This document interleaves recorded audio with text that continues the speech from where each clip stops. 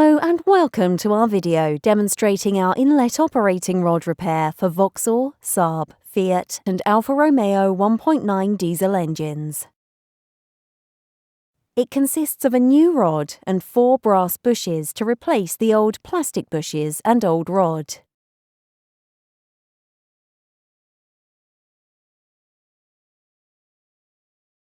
Here is a Pierburg manifold with the old rod attached. As you can see, over time the plastic bushes wear out and gradually come loose from the ball socket.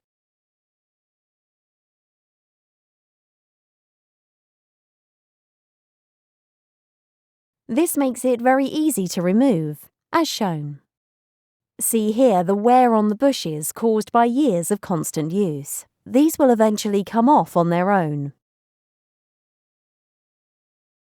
Now it's time to install our rod. It is literally as simple as putting it in place, lining up the ball sockets and pushing into place, making sure the swirl flaps are all in the same position.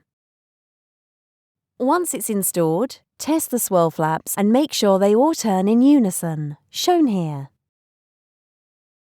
If at first the bushes do not sit flat on the ball sockets, you can slightly bend the rod to make the bushes sit better.